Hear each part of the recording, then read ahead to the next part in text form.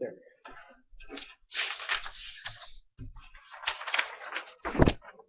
And like I said, I could just edit that out.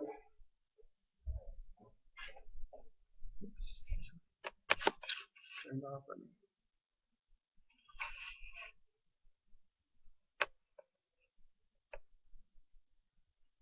I don't know how long I can go on that, but as long as we can.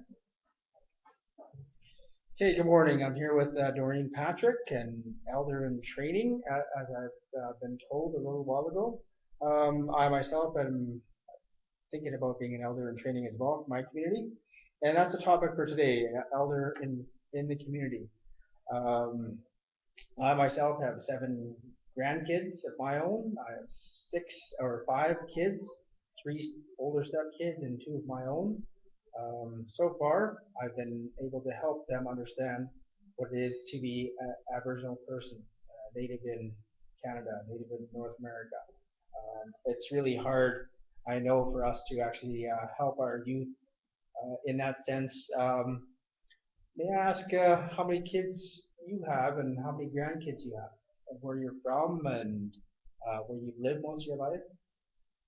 Okay, my name is Doreen Patrick. I'm from the Basco First Nation, and my parents are Jean Morse Boyd. He's from the Sister Nation, and my mother is Amy Boyd. And he's from the Basco First Nation. And I have 11 brothers and sisters, and I have 5 children, and 26 grandchildren, and 6 of them are great grandchildren. And I've lived in the Mascouin area for most of my life, but when I was younger, I was raised at the residential school for 13 years.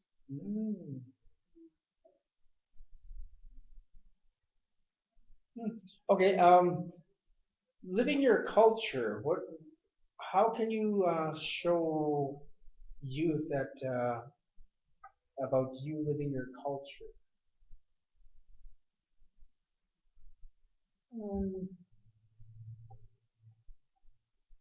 We have our annual camp out every summer in our community, and that is the time when we teach our youth about our culture. And some of the activities is somebody would shoot a moose, and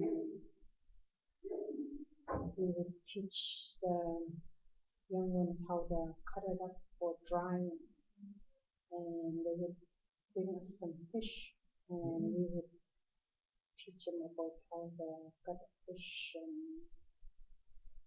cut it up for drying. And in the camp also, we try to speak our language to keep our language alive. Cool.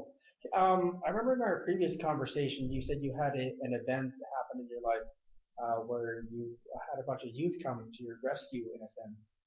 Could you explain that again? Okay, one time my brother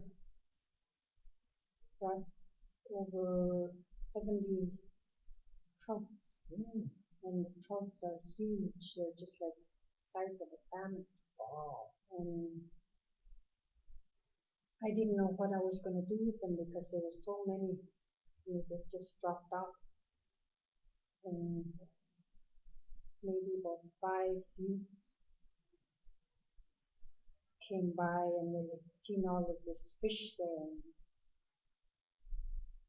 can we help you cut it up? And I was happy that they asked that. And I said, sure. He said, but you have to teach us how to cut up this fish. So I taught them how to cut the fish. And there's a technique where you pull on inside of the head and you pull the whole, the gut of just one foot. Mm-hmm. So apart from that, um, we did all of the fish and later we donated to a funeral potlatch because it was a funeral happening at the time. The kids were really, they were proud of what they did. They learned how to gut the fish. And one of the girls came to me and said, I skinned about 10 fish. And I said, that's lesson number one. You don't skin fish, you gut fish. Mm-hmm. That's hilarious. Another idea, I think, I remember they have they started up elder gatherings. Have you been to any? For the last 5 years, we've been going to elders gathering in different parts. We went to Terrace 1 year, 2 years in Abbotsford, and one in St. Kitson, I think, but I didn't go to that one. Our elders, they really enjoy those gatherings. They enjoy listening to other elders speak, and they enjoy the entertainment that they provide. So it's really quite an experience for them because our elders, hardly go in. Right. So, as an elder in training, how would you help out your elders at the moment, or how did you help out your elders in the past? Okay, I always hung around with the elders. And they were teaching me, and I would learn from them. And I would set up cultural activities, like how to make masks and how to make gloves from hide. And that is how I started learning about my culture and how to teach it to the youth. That's awesome. So, as a prospective elder, like we were talking about, as an elder in training, when you hang out with the elders, what else? How do you communicate with them? Are you fluent in your language? Fluent speaker, and at meetings we have truly happening in our community. And I sit with the elders and I translate to them what the government people of BC and Canada, what kind of message they're trying to send to us in negotiations and all of that. So I explain to the elders and what they're saying. Do you find that hard sometimes? I find it really difficult to translate, especially the language that they use in treaties. And it's hard to put into our language. Right, some of that legal jargon. Yes, legal documents have a way of miscommunicating a lot of things that us as Aboriginal people don't understand. It's almost, in a sense, they're trying to hide something. Do you think the same thing? No? Okay. Another question I'd like to ask you is, being an elder yourself, are you an elder yourself? I'm an elder. Okay.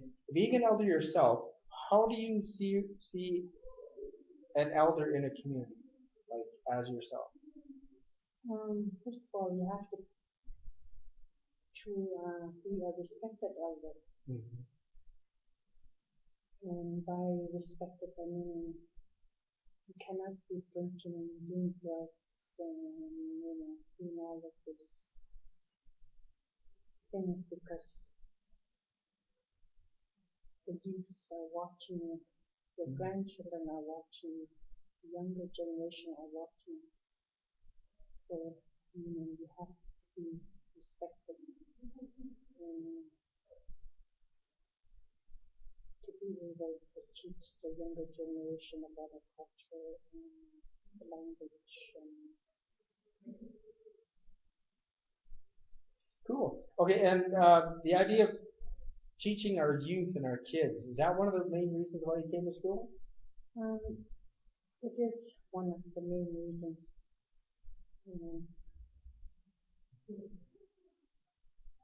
We are losing our language Mm-hmm. in our communities, and it's happening all across Canada. And I wanted to revive it by opening a career immersion daycare, Mm. so I can start teaching right from babies right up to about grade 3, maybe age 10. Nice. That's awesome. That's awesome. We have a similar program back in my hometown, Enderby. I'm actually one of the on the committee right now, the daycare committee, and we have a couple programs in there for the tiny tots and up higher to I do believe about the same age, about the age of 10. And we also have a Shuswap language in our elementary, in our Shahaya. We have our own native school called Shahaya. And then once they get to a certain age in that school, then they go down to the public school. Do you have something like that back home? There's nothing like that at home. Nothing like that yet. So, That's where you come to school, so you can start something like that. That's awesome. yeah. Okay, well, it's been great talking with you. It's been a very nice interview. I hope you've had fun. I enjoyed it. That's awesome. And I hope down the road we can actually share this video with more elders and more uh, training for elders in training type of thing. Mm-hmm. Okay, thank you so much. You're welcome.